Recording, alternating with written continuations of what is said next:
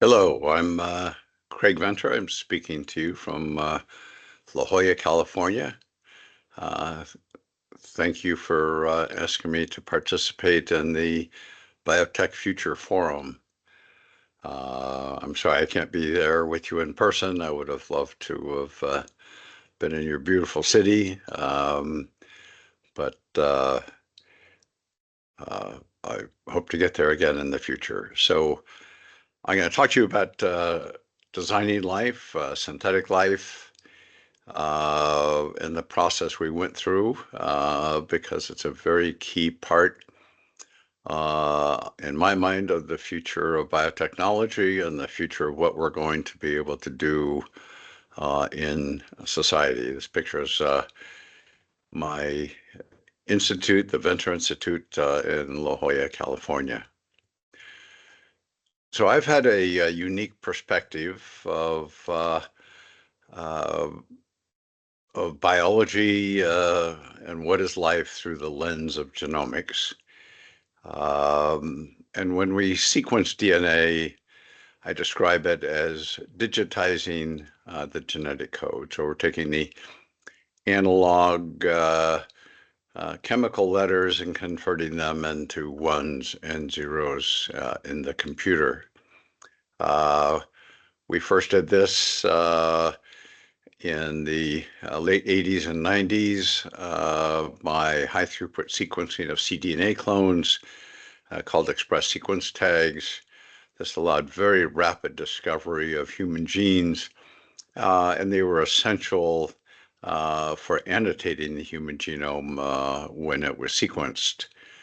So in 1995, it's now been a little over 30 years ago, which is amazing. Use a new method of shotgun sequencing, whole genome shotgun sequencing. We sequenced the first genome of a living entity, that of Haemophilus influenzae. So the technique worked so well, we were able to rapidly add other genomes. The first two in 95 included the smallest genome, Mycoplasma genitalium. And the discovery with comparative genomics, when we would compare two genomes, is that the number of unknown genes was extremely high. We rapidly added multiple genomes of various bacteria, spirochetes, then the fruit fly, mouse, and human. And the number of unknown genes kept increasing, not decreasing. So it became clear that we would have to do synthesis of a genome to try and understand the basis of life through genomics. Synthesis as proof is a very important concept that goes back to the 1800s when Wohler first synthesized urea. That was of great historical significance because it was an organic compound that existed and produced by humans, but it was synthesized from inorganic reactants. So that changed philosophies and approaches, but established that synthesis of proof is an important concept. So we had technical questions. Can chemistry permit the synthesis of entire chromosomes? And even if we could synthesize an entire chromosome from chemicals, would we be able to boot it up and have life? Before we did the first experiment, we commissioned a bioethics review so that we wouldn't just be jumping into a whole new world and creating problems. The review came back that we were taking reasonable approaches and argued that we should proceed.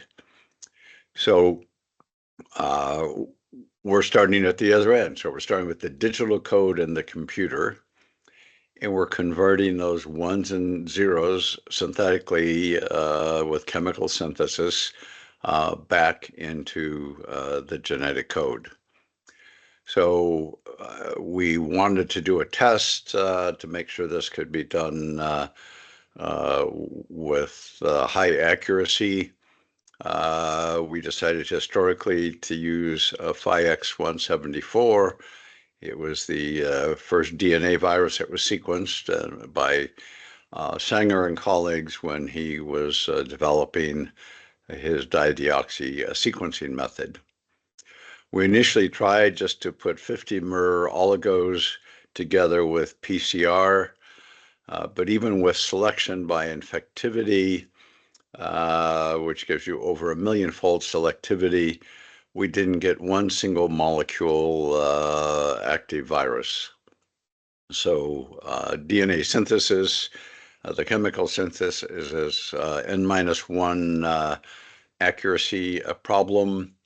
So with my colleagues Ham Smith and Clyde Hutchison, we developed error correction so we could correct the errors in the DNA. We redid the synthesis, and when the synthetic DNA was applied to E. coli, the virus was synthesized. You can see here on the lawn of E. coli, the clear plaques is where the virus killed the E. coli cells. So we call this a situation where the software built its own hardware. The software we put in was chemically made DNA molecule.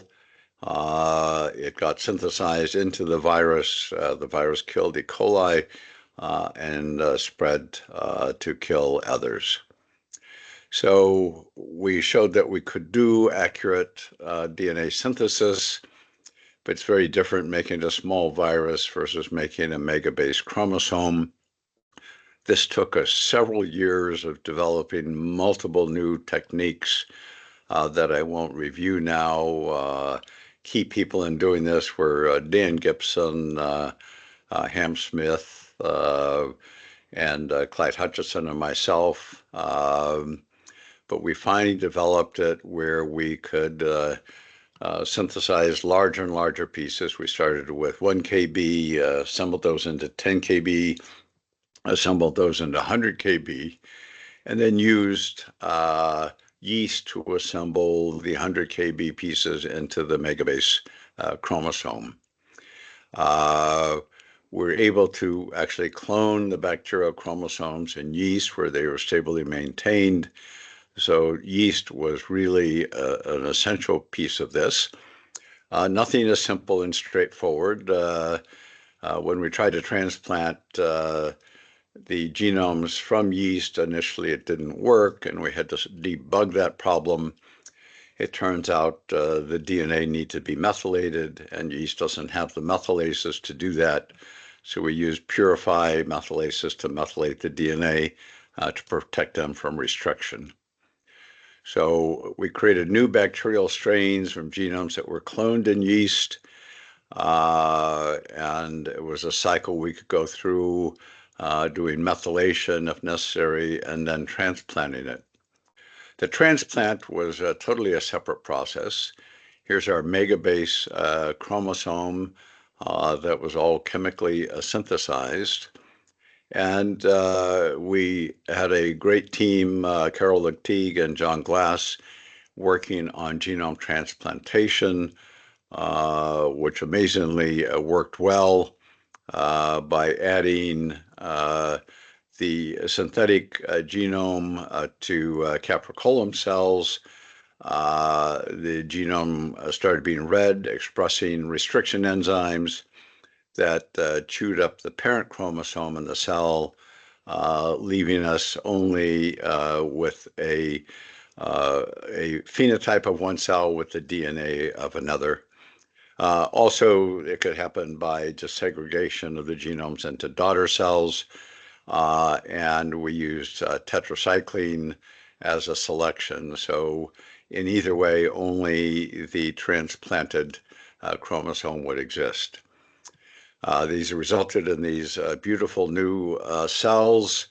The phenotype of these didn't have a single protein from the original capricolum cells. Everything there was derived from the new synthetic chromosome that was put in the cell. We announced this in 2010 as the first synthetic life, describing life being created by a synthetic DNA molecule. We got comments from the Pope and the President of the U.S. On this announcement. President Obama started a new bioethics commission to review this work, which they published in this report, but heralding our accomplishment. We added watermarks to the DNA so there would be no confusion in the future whether this was a naturally occurring organism. We created a code where we could write quotations, all the researchers' names, and institutions. A major quote we put in was from Richard Feynman. The quote on the internet was wrong. Caltech sent us his original quote from the blackboard, which was, "What I cannot create, I do not understand." But we thought that was totally appropriate for this. So we view life as a DNA software system. You change the software and you change the species.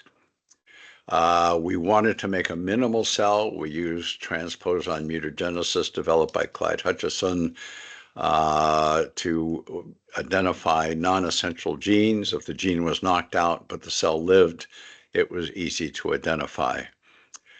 We had to go through a design build because our designs did not work, and the reason for that is roughly a third of the genes in the genome were essential for life are of unknown function. We went through 3 cycles. Finally, we got down to the minimal genome. It's the smallest genome of any self-replicating organism. We called it DNA Syn 3.0. This was published in 2016 on the design and synthesis. So it had unique features in terms of the minimal genome would form these large blebs that divided by breaking off a piece, whereas the wild type, as you can see here, grew through normal cell division. You can see the 3.0 lacked that and would form these giant blebs with pieces breaking off to form daughter cells.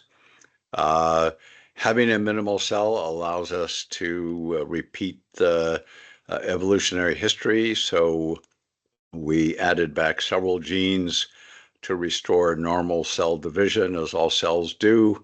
But interesting, the known genes involved in cell division did not work on their own, and we had to add several proteins of unknown function. We get asked all the time, can AI design life? Right now, the answer is clearly no. It's been most helpful with the protein structural predictions, and this helped lower the number of unknowns. We're down to 78 unknowns now in the cell, but we could line up the 3-dimensional structures to identify proteins of unknown function. But they didn't always work correctly. Most of the times we did, but sometimes we actually got close matches, but it was inconsistent with experimental findings. So we repeated evolution by adding proteins back. Here's the one that was close in structure, but it was a different unknown function. So AI is useful, but does not solve everything, and AI cannot predict the function of unknown genes because they're not in the training set. Another group added motility genes to the synthetic thing, and now the cells can swim and move around.